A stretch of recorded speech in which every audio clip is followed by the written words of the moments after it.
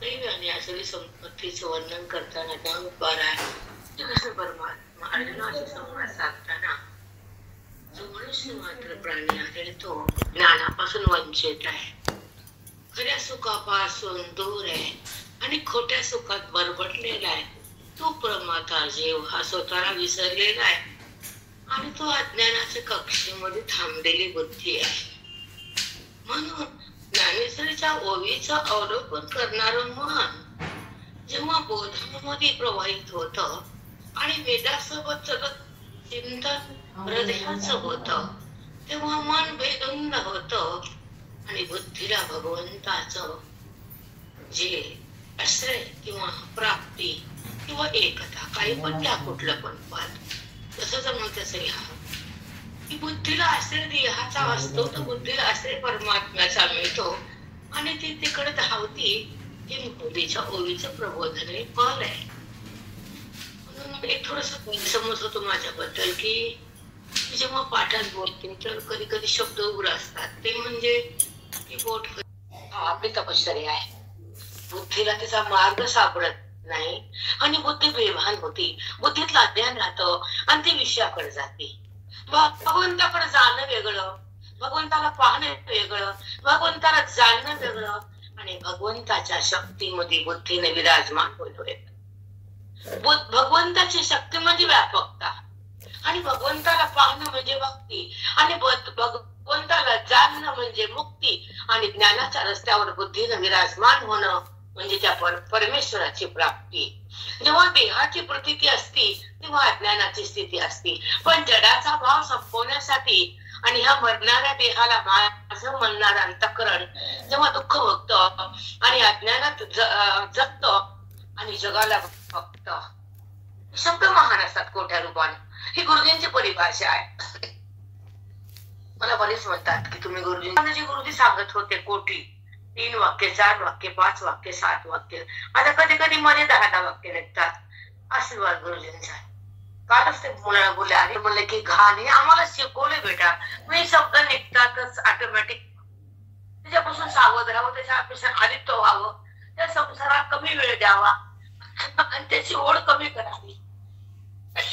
व्यवहार करताना बुद्धी जर असेल तिला संपवावं आणि आत्मबुद्धीत जावं आणि मग संसाराला पाहावं, अलिप्त जगावं, जगतातून बुद्धीला व्यवस्थ करावं आणि आपल्या आयुष्याचं सोनं करावं.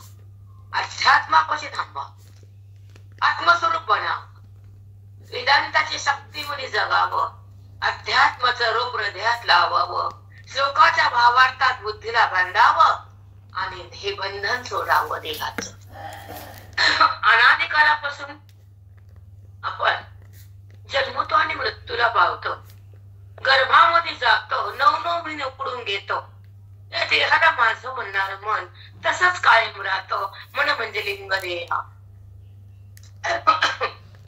कारण देह त्याचा नाश केला नाही, लिंग देह त्याचा बाद झाला नाही आणि देहभाव आम्ही टाकला नाही, म्हणून अध्यात्माचा परिणाम आपल्या मनावर झाला नाही. सत्संगाचा आविष्कार ओवीच्या द्वारे हृदयामध्ये होतो, तर तो परमात्मा तिथं प्रगटतो, दिव्यत्व होत त्या हृदयाचं. जो परमात्मा आहे आणि हा अनात्मा आहे, सगळं जगत अनात्मा आहे आणि एकच परमात्मा आहे. आणि तो व्यापक आहे, तो सत्य आहे, जगत मिथ्या आहे आणि तो आपल्या सोबत आहे आणि आम्ही देहासोबत आहे.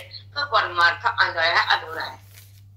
म्हणून आम्ही देहासोबत असो तर बंध तयार होतो आणि आम्ही भगवंताच्या चिंतनात बुद्धीला सोडलं तर मोक्ष तयार होतो आणि बुद्धी भगवंतासोबत चिंतनानं जाती, वेदाच्या शक्तीनं स्वतःला पाहती आणि रोज सत्संगामुळे ती शुद्ध होती आणि गुरुच्या कृपेने मुक्त होती. ओवीच्या ज्ञानानं ती आपल्या स्वरूपाकडे राहते आणि व्यवहारामध्ये ती मातीत जाते. ही ज्ञानाची स्थिती. ही कोठ्या रूपाने भाषा आमच्या गुरुजींची आहे. परभणीतल्या कोमटेगलीतल्या मठातला उगम आहे त्या गंगेच्या ज्ञानाचा. जसं तुम्ही ती गंगा आता अमरकंडला घेते ना, नर्मदेचा उगम स्थान बघून आले आणि ते तर भाषण घेऊन दिले मॅडम मला, तर ते ब्राह्मण आले काल तर म्हणे पूर्ण बस. त्याच्यामध्ये काय पावर आहे? एक एक मंत्र लाख पटीने फल देतो त्या आसना. जे कार्य करायचं ते सिद्ध होतं त्या आसनावर. पापापासून होतं त्या आसनावर. दर्भाचं आसन जे ऋषी मुनी वापरत होते. मला दर्भ म्हणलं तर हराळी वाटायची नाही. समुद्राच्या काठावर येतो तो दर्भ. त्याच्यामध्ये कितीतरी शक्त्या त्याच्यामध्ये असतात. लुप्त दशेत तोच दर्भ प्रत्येच्या वेळेस हाताला अंगठी करून घालून पितराला पाणी पाजवलं तर त्या ठिकाणी पित्र पाणी पितात, तृप्त होतात, पुढच्या गतीला जातात. म्हणून ज्या घरात त्या माणसाला पाणी नाही तो त्राहिमाम होत.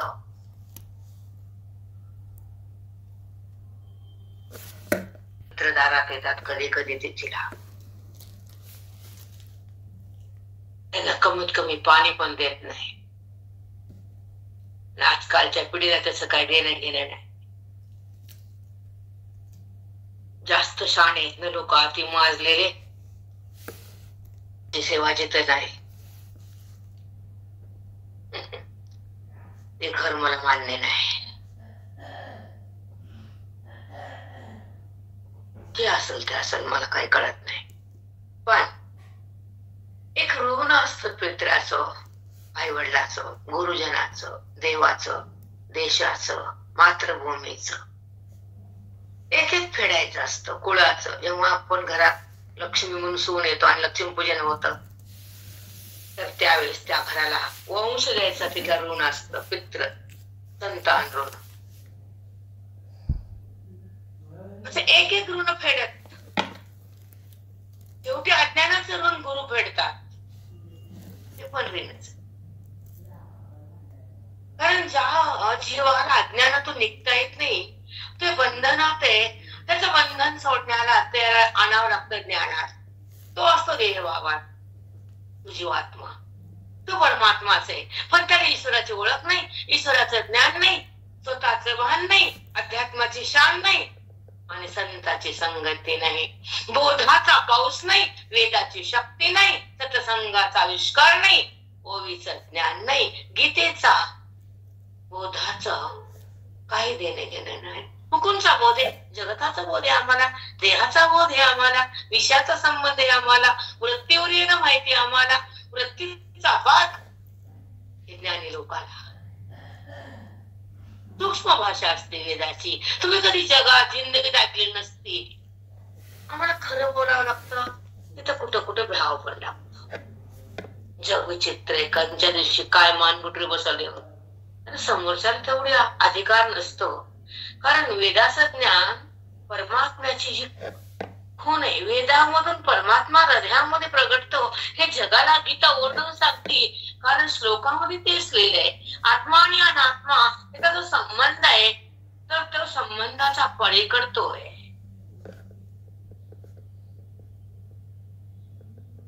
संबंधाचा संबंधीचा अध्यास. अध्यास म्हणजे खोट आणि खोट म्हणजे देह आणि जगत. या दोघांचा संबंध अज्ञान वृत्तीने लावून ठेवलाय. पण देह आणि देहात जगत दिसणारा दृश्य देह पण दिसतो आणि जगत पण दिसतो. पण त्या जगताला आणि देहाला दाखवणारी वृत्ती पण उत्पन्न होती. पण ज्या सत्तेतून वृत्ती उत्पन्न होती ती आत्मसत्ता म्हणजे दाखवती ती अनात्मसत्ता. म्हणून अनात्मसत्ता ही बाधित आहे आणि आत्मसत्ता ही अबाधित आहे. आणि जगताचा बाध झाल्यानंतर अबाधित सत्ता प्रगट होती आणि बुद्धीची एकता होती. स्वरूपाची प्रतीती आणि ती प्राणज्योत ब्रह्म होती. त्याला म्हणतात खरी आत्मस्थिती. गुरुजींच्या वास्तूत हे हाड वाढले. आत्मचिंतन त्याच वास्तूत झाले आमचं. आर्यन पण तिथंच, आत्मचिंतन तिथंच. फक्त काका थकल्यानंतर त्यांच्या घरी 4-5 वर्ष पाठ झाले असतील आमचे विद्यानगरला. त्यांना मठात येता येत नव्हतं. आम्ही येतो त्यांच्या घरी.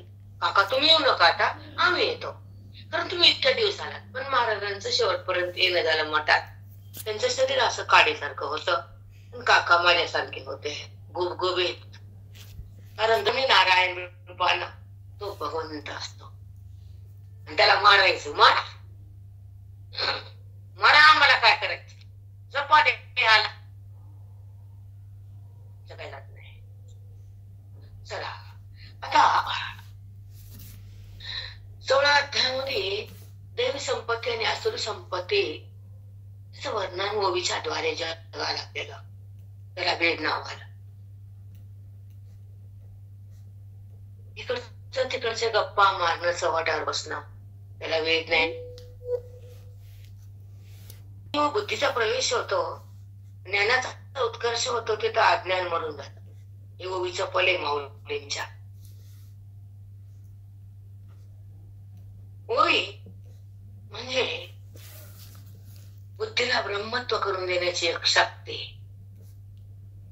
भगवंताची प्राप्ती, सुखाची स्थिती, त्याला म्हणतात ओवी. माऊलीच्या मुखातून निघालेली ओवी. जीव जेव्हा हाका मारितो, आतून ईश्वर ओ देतो. प्रमाणे जीव जेव्हा हाका मारितो, आतून ईश्वर ओ देतो. त्याला हाका मारणं म्हणजे ज्ञान, त्याचं प्रेम म्हणजे भक्ती, त्याला ओळखणं म्हणजे मुक्ती, त्याची एकता म्हणजे एकाकार स्थिती, देहाकार स्थिती नाही. बुद्धी देहाकडे गेली तिला आवरावं, वासनाकडे गेली तिला जाळावं, जगताला पाहती तिथं अज्ञान काढा. हा वृत्ती भगवंतात येत नाही तर तपश्चर्या करा. वृत्तीला भगवंतात एक करण्यासाठी संताची सेवा करा. कुळा मुक्त करण्यासाठी अद्वैताकडे यावं, आणि देहवाद भावातून निघण्यासाठी गुरुला शरण जावं. या जडातून बाहेर येण्यासाठी बुद्धीला आत्मज्ञानात एक करा. नात्यात एक करतो, देहात एक करतो, पैशात एक करतो. बुद्धीला दागिन्याकडे ठेवतो, माझे दागिने मला आवडतात, आवडू दे ना, पण भगवंत बी आवडू दे तुला. जसं दागिने आवडतात ना, अमायिक पदार्थ, तर माईक परमात्मा आहे, माईक जगत आहे, अमायिक परमात्मा आहे. मग असं दागिन्याचा लोभ आहे, देहाचा लोभ आहे, नात्याचा लोभ आहे, व्यवहाराचा लोभ आहे, आणि मग परमात्म्याचा लोभ कधी? जसं दागिन्याला जपतो त्याला सांभाळतो व्यवस्थितशीर आपण. महाग झाले म्हणतात. आमच्या आत्मज्ञानाची तर किंमतच नाही. तुमचे लाख रुपये तर आमच्या कोटीने मिळत नाही. तोळा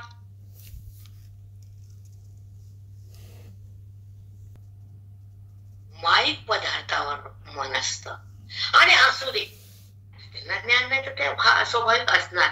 पण जेव्हा चिंतनात आहे, ज्ञानात आहे, आपण चातुर्मासाच्या व्रतात आहे, तर त्यांना पण माईक वेळ.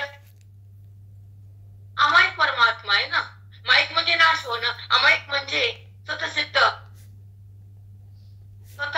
स्वतःसिद्ध स्वयंभू असणं. त्याची उत्पत्ती नाही, नाश नाही, त्याच्यापासून जगात काहीच नाही, त्याला म्हणतात अमायिक परमात्मा. आणि ही भाषा आमच्या मठातच मिळते बर का, कोणत्या स्कंदात नाही.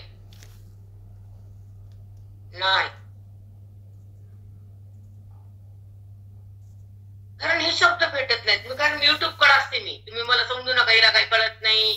ती भाषा वेगळी असते आणि गुरुजींची परिभाषा आहे. मला नाव नाही ठेवायचं कुणाला, मला पाप नाही घ्यायचं कुणाचं.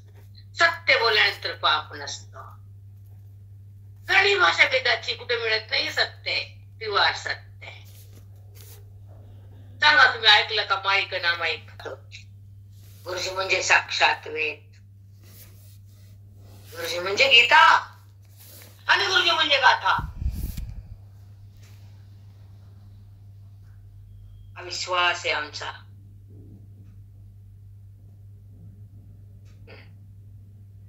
कारण अमृतानुभवाचा विस्तार करताना अनेक लोकांचा अमृतानुभव घेतले, पण गुरुजीसारखा विस्तार न भूतो न भविष्यति म्हणून वेदांत केसरी ही पदवी त्यांना. बरेच लोकांचे आहेत ना, मला दोघांना घेऊन दाखले म्हणे घेऊ नका, माती कळत नाही किचकटच आहे. आणि गुरुजींचा अमृतानुभव घ्या. आणि स्वानुभूती तर आपला विषय नाही, तो फार कठीण आहे. अमृत अनुभवाच्या स्वानुभूती असते. त्याच्यानंतर अद्वैत मकरंद, अद्वैत सिद्धी मला पाठवलाय. विचारसागर, वृत्तिप्रभाकर, विचारचंद्रोदय, वासस्ती, पंचकरण. पंचकरण पण पुढचा अर्धा भाग मजबूत पाहिजे. म्हणून आता मी थांबते आणि साक्षी, कारण ते मला वाचू वाटणं, मी तुमच्याशी चर्चा करायली. मी दाखवते माझं चिंतन झाले. लिखाणे पाळा कारणे, काम ही जगताला कारणे. वासनेतून जन्म वासनात घातक करते. आणि जेवढी वासना वाटते तेव्हा नाश होतो. सुरुवाती वासना, शेवटी वासना, असा घाणेरडा आरोप केलाय. ते आरोप म्हणजे वासुरी लोक. चिंतन करताना म्हटलं काय हे, किती इतकी घाण असतात का लोक. माऊलीने सांगितलं चूक कुठला असते. त्यांना आपलं खंडन केलं वेदाचं. आणि ते मुले नाही, जगताला कारण परमात्मा नाही, काहीच नाही, फक्त काम. आणि तू कामातून जगाची उत्पत्ती आहे.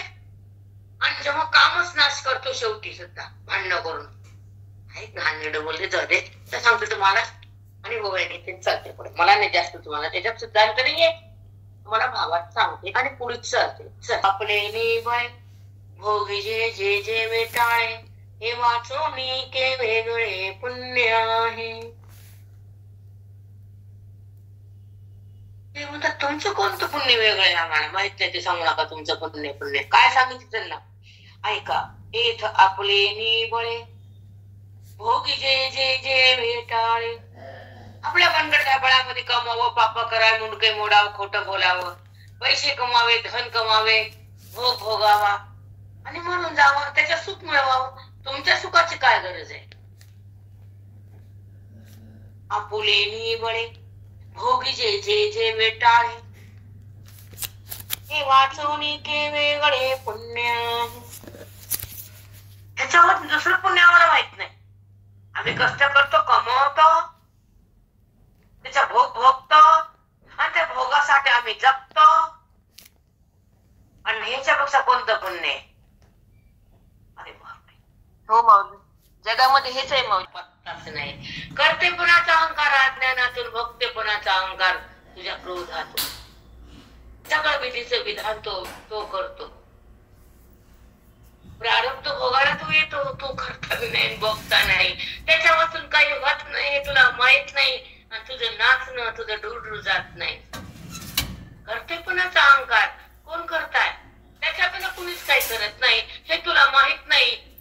म्हणून तुझं दुःख आणि तुझा तो क्रोध जो मेंदूत भरलाय ना, असा खच तो जात नाही. कर्माचा संबंध, देहाचा संबंध, प्रारब्धाचा संबंध, नात्याचा संबंध किती का आहे बाप्पा, सावध हो ना. जोपर्यंत प्रारब्ध आहे तोपर्यंत देह आहे, जोपर्यंत प्रारब्ध तोपर्यंत जगत आहे, जोपर्यंत श्वास आहे तोवर नात आहे, श्वास संपल्यावर त्याचं नात आहे. आणि तो करताय, तो निमित्त आहेस. माती आहे, त्याचं मडकं स्वतः होत नाही, कारण त्याला कुंभार लागतो तेव्हा मातीला आकार येतो. तसं तो लागतो तेव्हा कार्याला कार्याचा व्यवहार होतो. त्याला माती कळण आणि मडकं विकळण. याचं मडकं भुष्यानं भरलेलं. रात्र क्रोध क्रोध क्रोध, स्वतःला बी करायचं, लोकांना तक्रार मारायचं, बक्क बक्क तेच वाकायचं. 12 वर्ष तेच. मी कोण तू,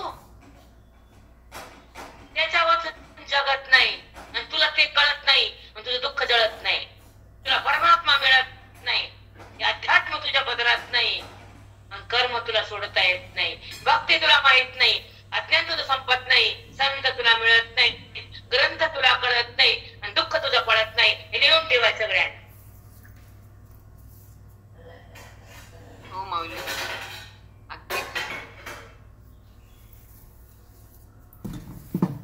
ज्याला कळत अक्कल त्याला कळत, त्याला नाही तर मी तो काय करणार. नाही कळत माऊली, खरंच नाही कळत. जास्त सगळं आणि माझं सगळं माझं असं वाटत. तुझ्याकडे जे जे आलं होतं जन्मात ते करून घेत त्यानं, त्याच्या सत्तेनं, त्याच्या सत्तेवर चालते. जेव्हा कळत येतं मन शांत भगवंताला मिळत आहे, पण त्याला ते भगवंताचे चिंतन नाही. आयुष्यात परमार्थ नाही बिचाऱ्यांना.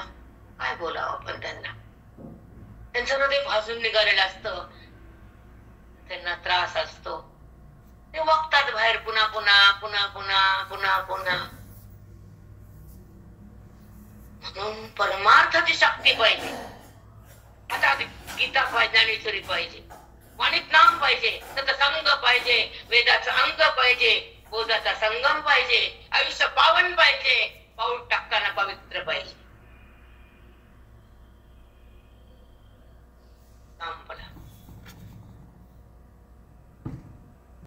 मी काय पाठ केलं नाही, काल तब्येत झोपले होते. नाचक्तपणे अंगिके वेटाळे वेटाळे न टके, ऐसा गादी जेवी न विषय सुखे तेची पाप. ऐका ना, अशक्तपणे अंगिके, अंगात बळणे अशक्तपणा आहे. वेगळे वेटाळे न टके, ऐसा गादी जेवी न विषय सुखे तेची पाप.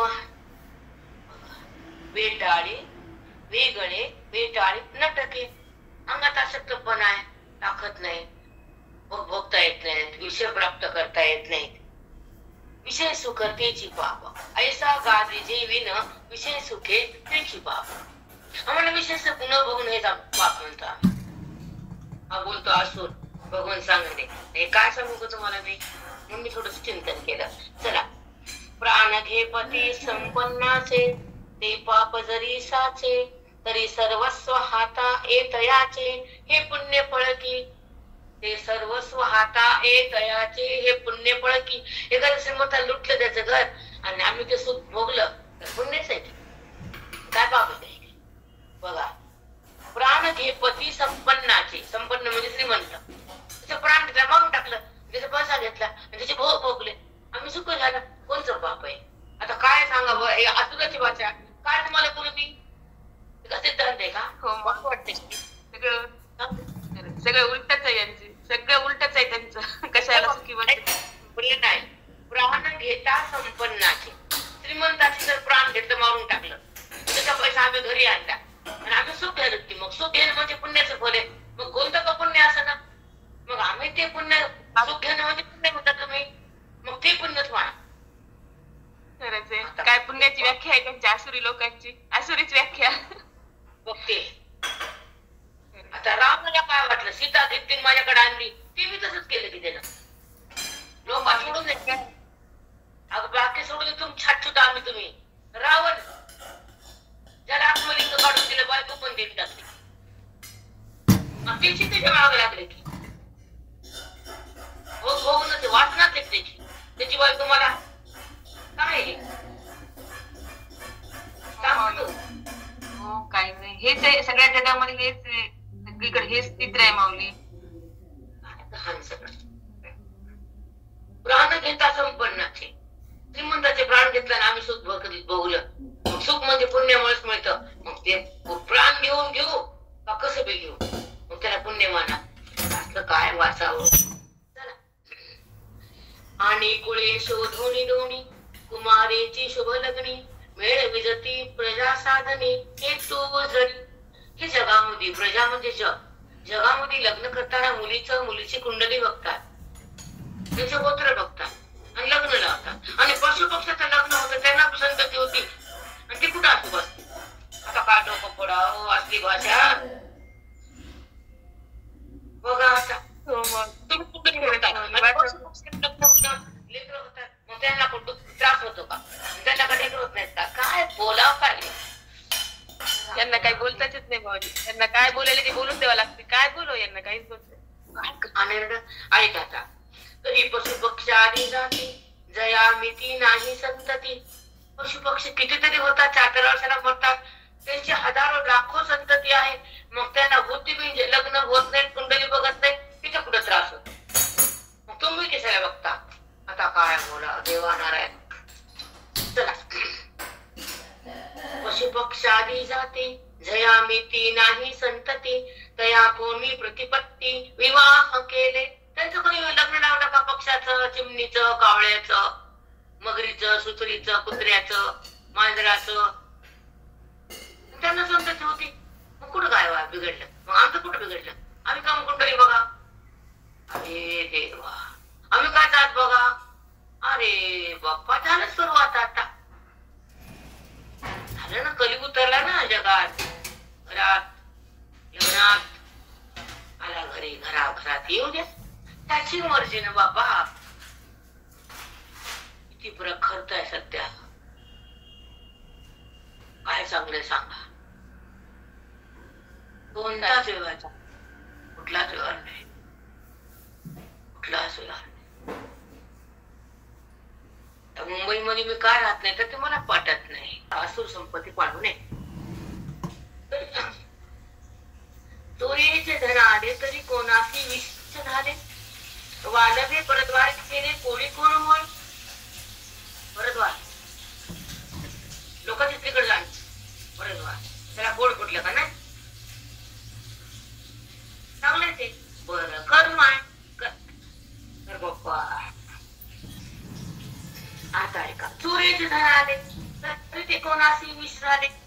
चोरून धन आणलं ते काय विष बनलं का घरादाऱ्या? नाही.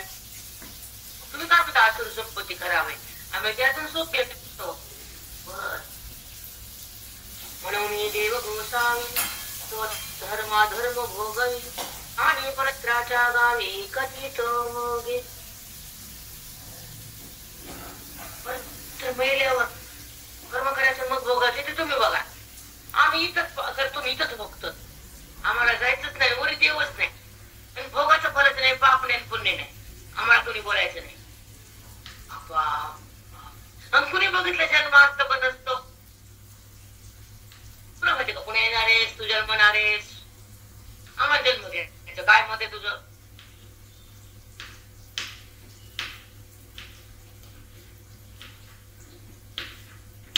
म्यूट पडलो मग माई, म्यूट पडलं माई. गोसावी तो धर्म भोगवी. देव आहे, मेल्यानंतर तो धर्माचं पुण्याचं फल देतो, पापाचं देतो. मेल्यानंतर ते पाप भोगायचं नाही. आम्हाला देव मान्य नाही. देव नाहीच आहे, जन्म नाहीच आहे. कुणी बघितलं का? आम्हाला वाईट वागायचं, धर्म करायचा, इथं सुख भोगायचं. आम्हाला मेल्यावरच्या सुख दुःखाचं देणं घेणं नाही. तुमचा देव आम्हाला मान्य नाही. ह्यांचं काय मग सांगत बस. परत्राच्या गावी कधी तो भोगी. त्याचा भोग मेला भोगायचे नाही, पुण्य पापाचं बरं नाही. नको भोग. इथंच आहे तुला आता, खाली वर जायचं काम नाही. इथं देतो देव तुला, देतो तुला कळत नाही. चला परी परत्रणा देव न दिसे म्हणून ते वाहू. ते परलोक नाही, देव नाही म्हणून ते खोटं बोलणे तुमचं. आम्हाला सांगू नका, पुण्य करा म्हणू नका, चांगलं वागा म्हणू नका. आम्हाला जसं वाटन तसं वागू.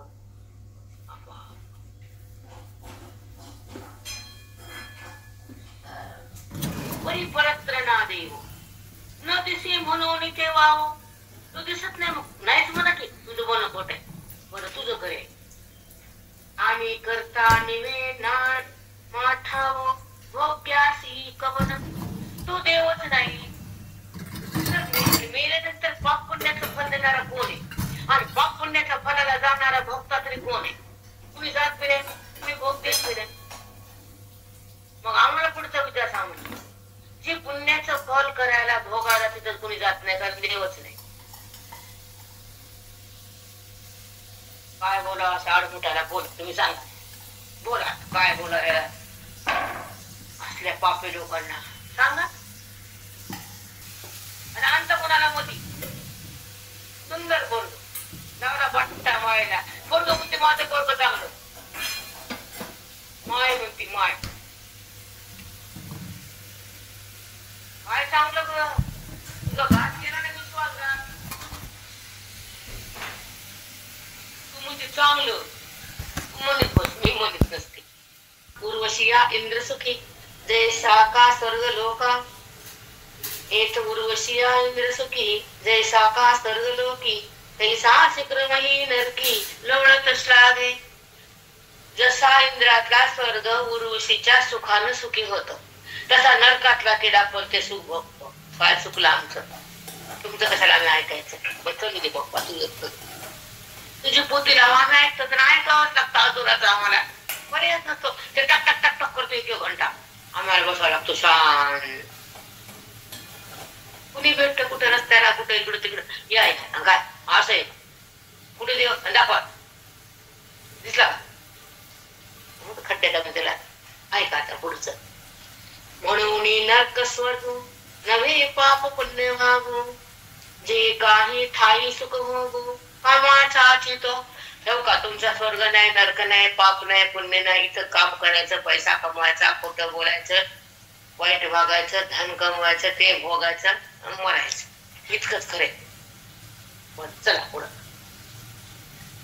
आणि तेच पाप पुण्य भोगी, जे देहा ठाई सुख भोगू कामाचा चितो.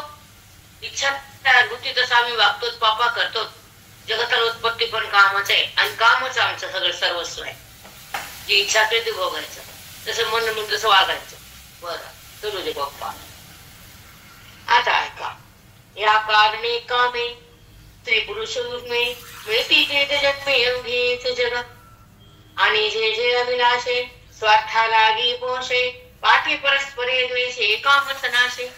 जगताच्या उत्पत्तीला पण काम आहे आणि जगताच्या नाशाला पण काम आहे. तुमचं पुण्य पाप आम्हाला माहित नाही. एवं कामा वाचून काम जगामुळे ध्यान नाही. कामा वाचून जगाला मूळ कारण काही नाही, जगाला कारण असेल तर तो काम. ऐसे बोलती पाही असुर गाते, ऐसे बोलती पाही असुर गाते. म्हणतात आदिवासी. आता सोहे किडाळ बोली न करू पवळ, सांगताची सफोल होतसे वाचा. अर्जुना, ही सफोल बोलणं माझी वाचा शिरली, खूप वाईट वाटायला. हे वर्णन बंद करतो, कंटाळा वाचेला. वाचा पण शिरली, त्रास होतो हे शब्द बोलायला सांगायला, पण त्यांचं वर्णन तर सांगावं लागेल. ते असुर करी म्हणून बोलला अर्जुना. श्लोक 9 आणि मीटिंग सप्तग्रह कर्माण स्वयाय जगतो हिताः एताम दृष्टिवष्टभ्य.